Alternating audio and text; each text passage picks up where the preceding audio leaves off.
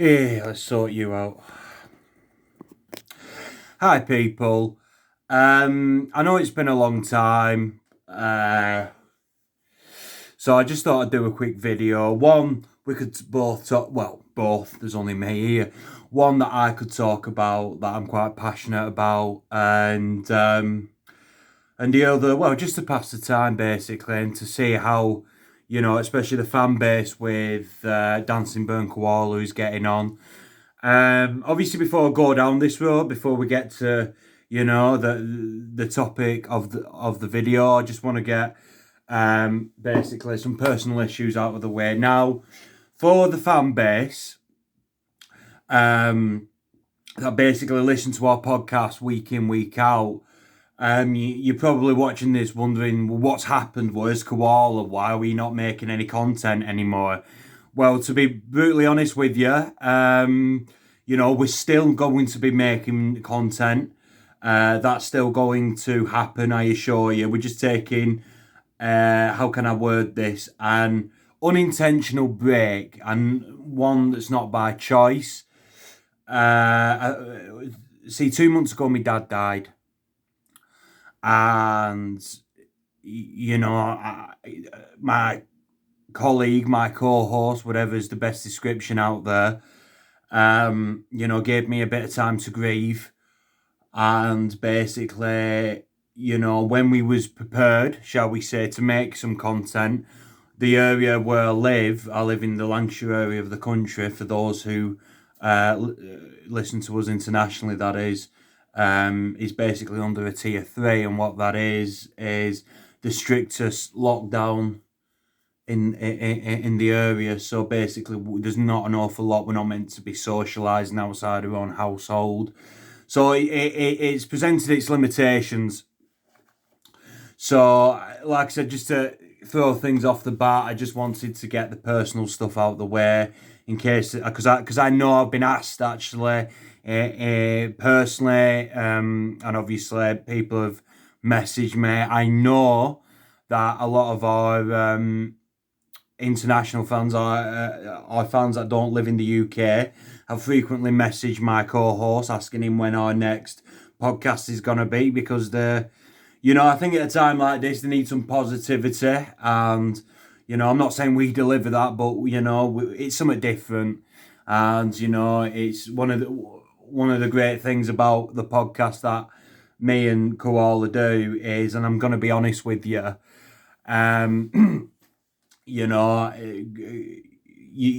the reason why the video I'm making isn't as good in quality is because it's all thanks to Koala and his family. It's him who makes this podcast what it is.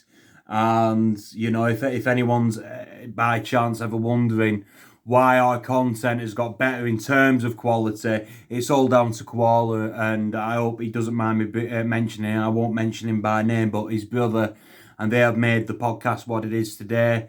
So, before getting topic in hand, I just wanted to say a big thank you, and to thank you for everyone who supported me and my family, since the passing of my dad. I know it's been hard on me, but, it's been exceptionally hard on my mum. I don't want to go down the road of too much into my personal life, because people haven't gone on to this video. They've gone on to talk about Game of Thrones, and I don't want to just, feel like I've misled them and be trolled on the comment section. But no, I just wanted to get my personal issues. And yeah, basically it's been hard on me, and it's been exceptionally hard on my mum. And to, if that wasn't a big enough kick in the teeth, he died a matter of weeks before my mum and dad's 50th anniversary. So not good, but we're getting there. It is what it is. I miss my dad like crazy, and I always will. He left a big part in my life, and yeah, it's one of them. I have to move on. I just have to move on. That's what it is, and I know I'll get there. Anyway, let's talk about Game of Thrones. Now, it's been a year since Game of Thrones, the final episode, has aired.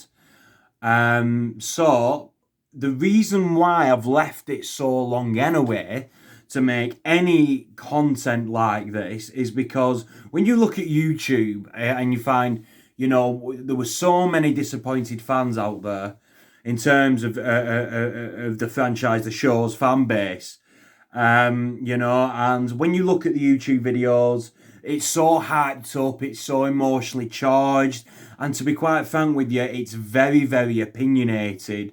So basically, what I wanted to do, I thought about doing this the other day, is make a video, make some content that's not necessarily unopinionated, but that just presents the facts, or very factual based video, as opposed to just being opinionated. Game of Thrones, the last season sucked. Blah, blah, blah. I don't want to use this video. I don't want to make content as an opportunity to just get on my soapbox, piss and moan about the last season of the show. Now, obviously, if people are wondering about my opinion, I will obviously present my opinion very late, just at the end of the video. I'm going to be honest with you because I want to well and truly get my point across. So basically, because I'm very forgetful, I ain't going to lie to you about this. I have written some notes down. And basically, the first one is personal issues and facts. I've just got that out, so to give that a tick. So basically, why was the quality of the show not to the fan bases? Why were they not satisfied? Well, to answer your question, I can only speculate by going off certain facts. And what are the facts?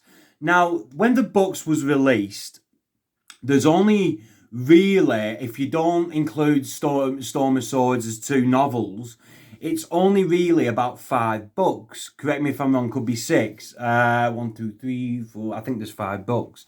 Now, not many people know this. The reason why I present this particular kind of argument is it's not actually, I don't think it's common knowledge. It's basically, not many people know this because around my clique, amongst my social circles, people have commonly approached me as the go-to guy, as the go-to Game of Thrones guy, Admittingly, there is one friend that I know of who won't appreciate me mentioning his name, if that knows a lot more than Game of Thrones than I do, and I'll be honest about that. But I usually, good 99% of my social circles, I am perceived as the go-to Game of Thrones guy. And why I'm bringing this up is because throughout the show's run, people would approach me because I have read all the books and basically ask me like, "Oh, you know what's going to happen. You know this, that, and the other." And the main question is why I want to get this point across. You know how the show is going to end. A lot of people ask me that question. Well, for those who don't know, because I'm sure there's many that aren't. I'm sure there's many average viewers of the show that aren't diehard fans would have been quite confused. The fact of the matter is this: the show Game of Thrones and the novels Ice and Fire, that's what the show is based off, ran out of material, I would say, during the 5th or 6th season of Game of Thrones. So that is the last book George R.R. Martin written. That was way back in 2011. The last book he ever did was A Dance with Dragons, and that coincided when Game of Thrones Season 1 first aired. They first filmed it and obviously set it in production, and it first aired on television in 2011, the same year George R.R. Martin finished his last novel. But the books aren't finished yet. So Game of Thrones very, very quickly caught up with the novels, and I would say especially within the last 2 seasons of Game of Thrones, the rumour is, I don't know if it's actually confirmed as fact, is that George R.R. Martin and the 2 producers, just wait on a minute, I only wrote them down because D.B. Weiss, I can never pronounce that name, and David Benioff actually had a mutual agreement with George R.R. Martin, the author of the books, on how the show, how the books, how the entire story was going to end. And I'll be honest with you, Like, I've written notes 1 to 5, and I'm going to mention a point now that was actually one of my last notes I've written down, but I think it's quite valid to the argument I'm trying to make. George R. R. Martin's faith in the show, from any person's perspective, seems to have squandered somewhat. Because if you look back at season 1 of Game of Thrones, season 2, you notice the interviews. George R. R. Martin is very passionate. He's very positive. In his attitudes, how he approaches the show. Notice how that either differs as the years go by, as the nature of the show went on over the years. And especially throughout the last interviews, when the last season of Game of Thrones aired on television, George R. R. Martin seemed very cynical, like not antagonistic. I don't mean it. I don't mean it along them terms. But yeah, you notice him in the interviews. In fact, which brings me to my next point: the actors and actresses, the performers, and basically you notice the awkwardness before the season 7 premiere. I can never pronounce that word right. The last season, and there's a very awkwardness. And before season 7 aired, I remember making a point in this, and like especially Emilia Clarke was very awkward in the interview when they'd ask her. Like, obviously a lot of interviews were trying to spoil the show, saying what's going to happen to your character, this, that, and the other. But it was more along the lines of, best season ever. I mean, that particular interview actually stays in my mind. And the best way to describe it, the best way to define it, is just genuine awkwardness. Now, a lot of people at the time perceived this as they were just worried they didn't want to spoil anything. And, I remember watching these interviews because being a diehard fan that I am, I remember, I was one of these people not trying to ruin the ending of the show for myself, but, always interested in what news that may or may not have been leaked or what rumours they were. So obviously I looked at these interviews myself, and I remember watching them at the time, and I mean, bearing in mind this were weeks before the first episode of the last season aired on television, and I remember thinking to myself, like, they don't seem happy. Now, to a lot of people watching this video, you won't know me. So I'm just some random idiot on YouTube trying to get his point across. You don't know me from Adam. However, those who know me personally, I'm quite intuitive. And I'm not going to sit here and pretend. I'm not going to sit here and be jaded. But my intuition is, I don't want to say rarely wrong, because even then that sounds like it's bragging. But it's usually on point. I think that's the best way to describe it. And my intuition was telling me then, there's something not right. They're not satisfied with the performance. So I came into the last season of Game of Thrones with my expectations pretty low, to be honest.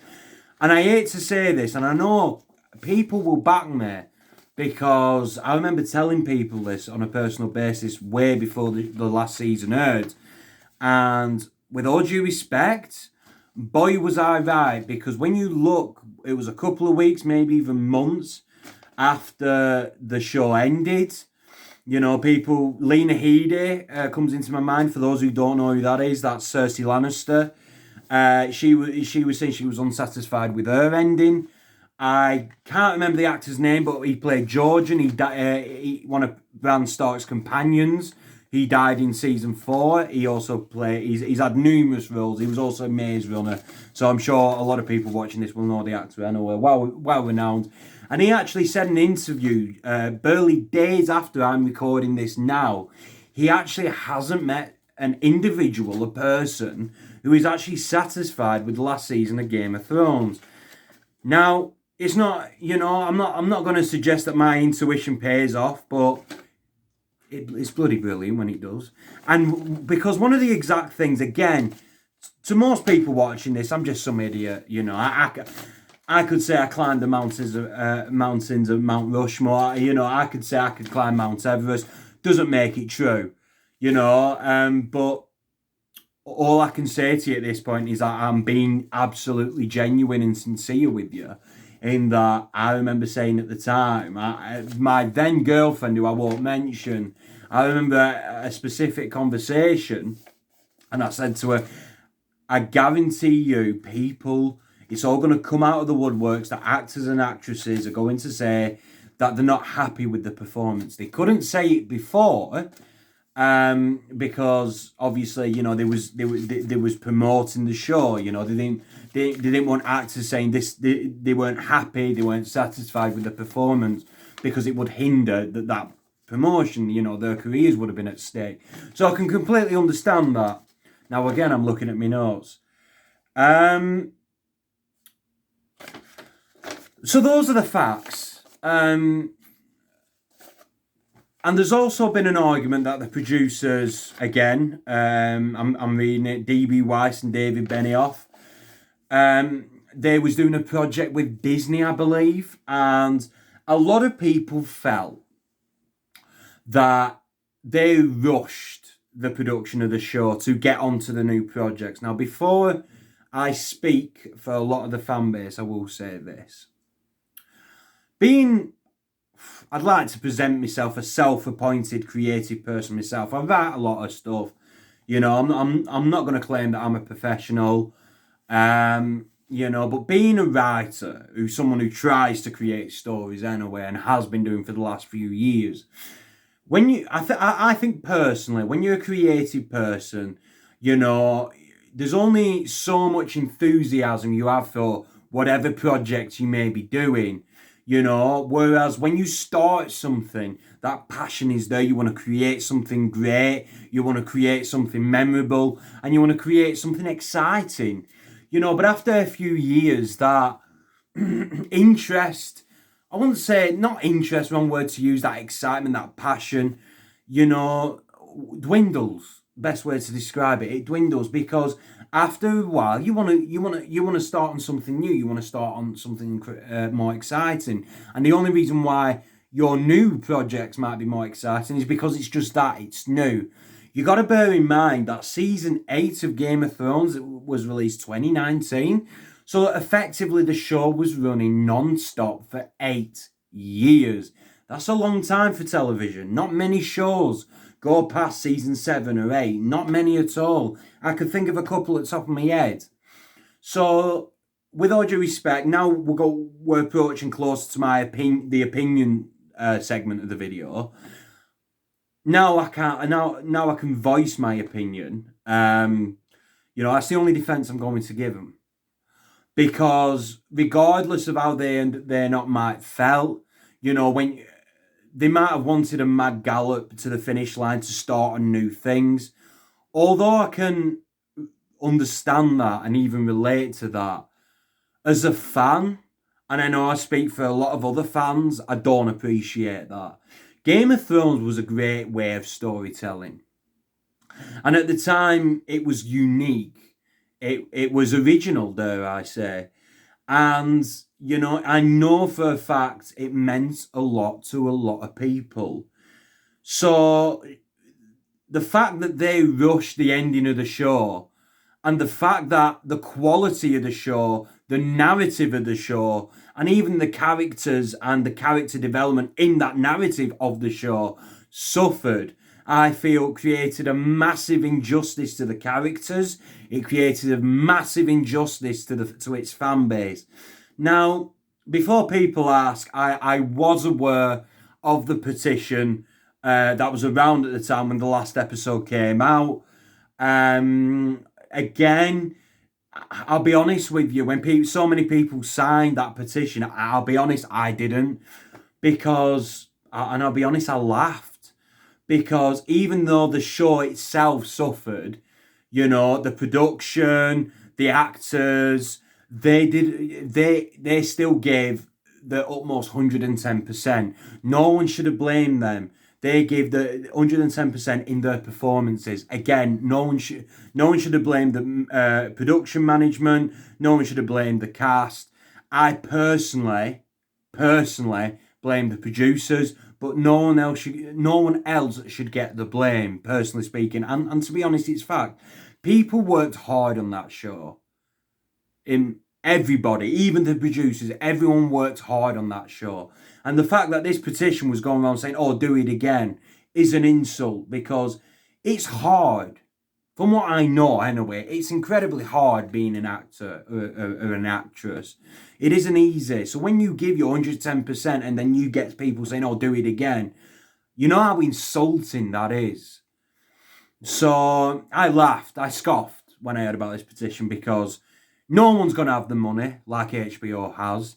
They're not going to be willing to do it again, because bearing in mind it was the last season. You know, all these actors and actresses have been away from their families.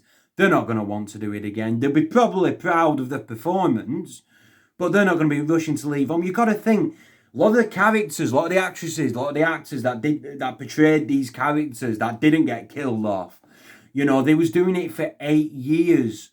8 years without seeing the family. Obviously, I know they saw the family in between, but overall, going through that grueling process of making that show, as, you know, cerebral as it was, it's a grueling process, and you can't expect anyone to go through all that again. And that in a way is the sad thing, is the quality of the show. Again, I know I'm reiterating the same point, but the quality of the show suffered. And I'll be honest with you, you know, the novels aren't even finished. We are strongly under the impression that how the story will develop in book form will be completely different. There's characters that died in Game of Thrones that aren't dead now presently in the novels. And bizarrely enough, there's characters in the novels that died that were still alive in the show. I won't say which is which, but I do know, however, that there were certain plot points in the last episode that rumour has it is going to be in the last novel. I'm not going to say those plot points. I have tried to make this video spoiler-free as humanly possible, but I think I have given a few spoilers, so I'll probably have to put a disclaimer in the video. I think, to be honest with you, there was a couple more notes, but I think I got my main point across, to be honest. And yeah, before I go, I'd just like to say to anyone watching this, thank you. Thank you for watching this video. Thank you for watching any videos, any content I've made on this channel. I really appreciate it. And rest assured, I'll be honest with you, I don't know when me and Koala will be making more content. All I know is we do intend to make more content as soon as possible. Thank you for your support. Thank you for your patience. And as always, Dancing Bear out.